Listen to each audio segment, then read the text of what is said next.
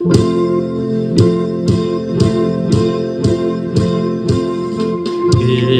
ថាបើផឹកស្រាទៅអាចបំបត្តិនៅក្តីទុក្ខខ្ញុំផឹកតតែស្ពឹកមុខទុកនៅស្រ័យមិនបានក្នុងកែវឃើញទាំងកល្យានអូនសាច់ញញឹមដាំងបង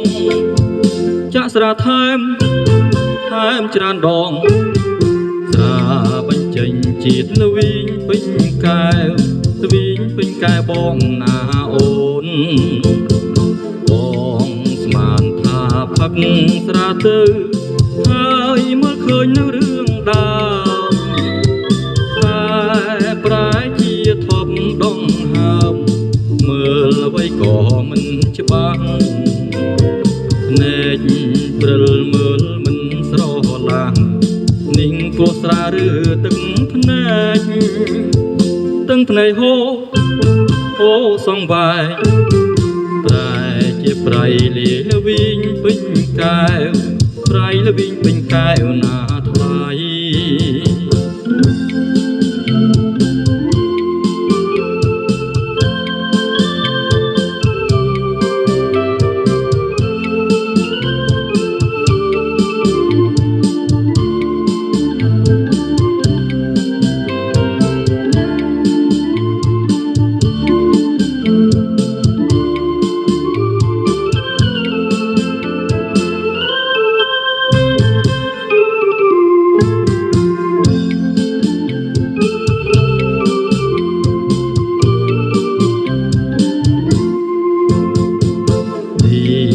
បងផុតស្រាយមិនបាន